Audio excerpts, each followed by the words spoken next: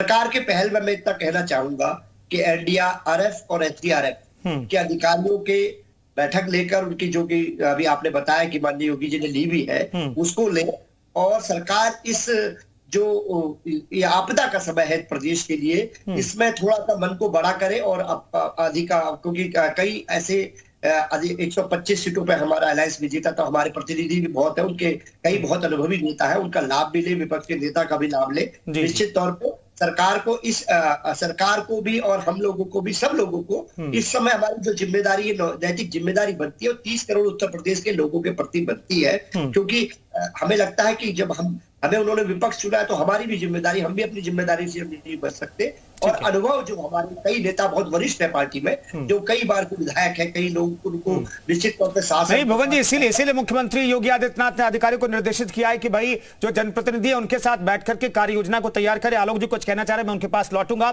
भारी बारिश के चलते दरअसल सड़कों पर भी पानी भर गया है, लिहाजा कई शहरों में भयावह तस्वीर भी सामने आ रही है।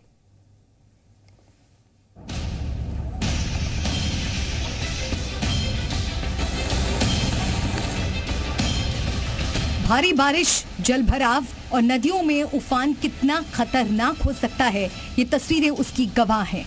लेकिन उससे भी ज्यादा खतरनाक है इस तरह जान जोखिम में डाल इसे पार करने की कोशिश।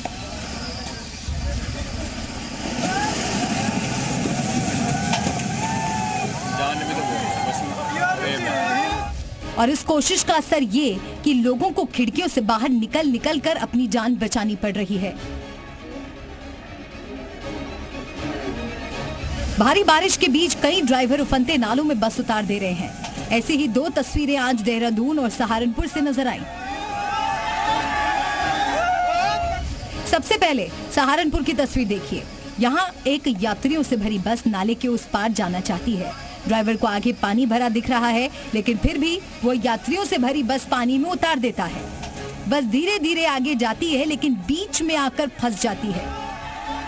बस को ऐसे जाते देख स्थानीय लोग भी देख रहे थे, जो बस के फंसने पर तुरंत मदद के लिए जाते हैं।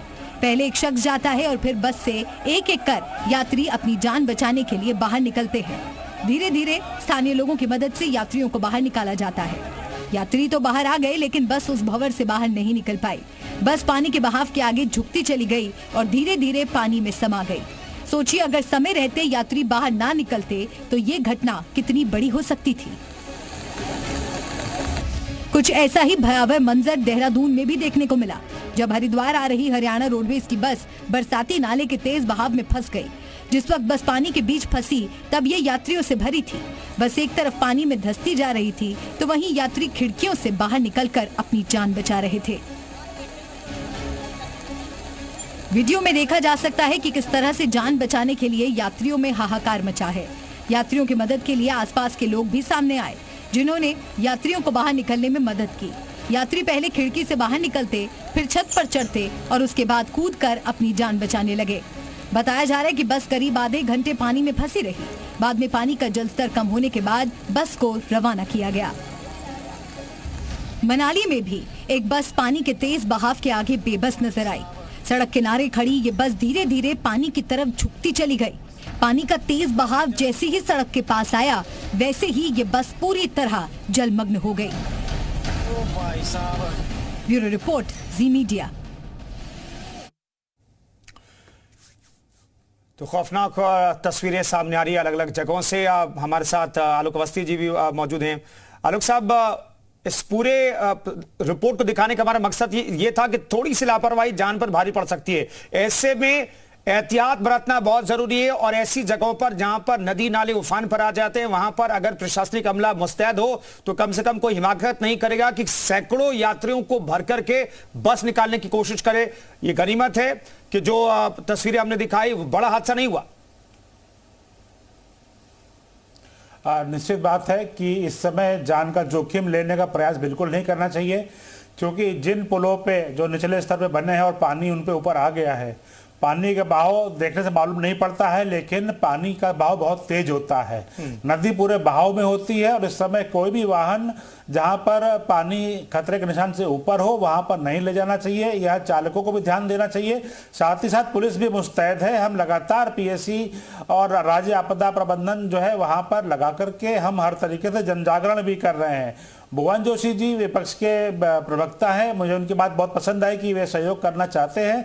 सरकार ने भी जिलाधिकारियों से कहा है कि जनप्रतिनिधियों को भी साथ में लेकर के, क्योंकि जनप्रतिनिधि जनता के बीच में जुड़ा रहता है, उसको मालूम है कि कहां पर क्या चीजें पहले प्रकाश में आई थी, उनको वो दुरुस्त रखने के प्रयास करता है। हम जनप्रतिनिधियों के साथ को भी लेकर के ही जो भी योजना चला रही है सरकार राहत कार्य की, हम कर रहे हैं। उसमें चाहे वो किसी भी पार्टी के जनप्रतिनिधि हो, हम सबका सहयोग ले रहे हैं। इसलिए क्योंकि यह एक आपदा का विषय है, इस समय कोई राजनीति नहीं होनी चाहिए। अच्छी बात है कि समाजवादी पार्टी इस पर राजनीति नहीं करना चाहती है, लेकिन यह बात भी जरूरी है कि सरकार चाक चौबंद है और हम लगातार जो है 24/7 विजिलेंट है और हम इस पर कायम रहेंगे। हमने सिविल डिफेंस के लोगों को भी और जो राहत आपदा मित्र जो है ऐसे लोगों की भी नियुक्तियां करी हैं, जो इस तरह के जब कार्य होते हैं तो वहां पर वो सहायता मुहैया कराएंगे। ठीक है अतुल जी, अब जो मौसम रहने वाला है अगले कुछ दिनों में और मौजूदा जो परिस्थितियां हैं, आप क्या सुझाव देना चाहेंगे सरकार को एक मौसम वैज्ञानिक के मुताबिक,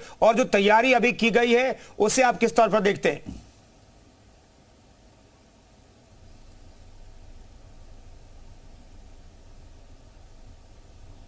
प्रदेश में कहीं भारी से बहुत भारी बारिश हो सकती है। हालांकि ये रीजन शिफ्ट होगा, दिल्ली एक ही जगह पे नहीं होगी और उसके लिए हम डेली 2 बार अपडेट इश्यू कर रहे हैं। इसके अलावा प्रभाव आधारित पूर्वानुमान भी जारी किए जा रहे हैं, जिससे राहत कार्यालय के साथ लोकल और डेली बेसिस पे, इवन 3-3 घंटे की बेसिस पे हम नाउकास्ट भी इश्यू कर रहे हैं और उसे समस्त चैनल में समस्त अधिकारियों के साथ शेयर किया जा रहा है।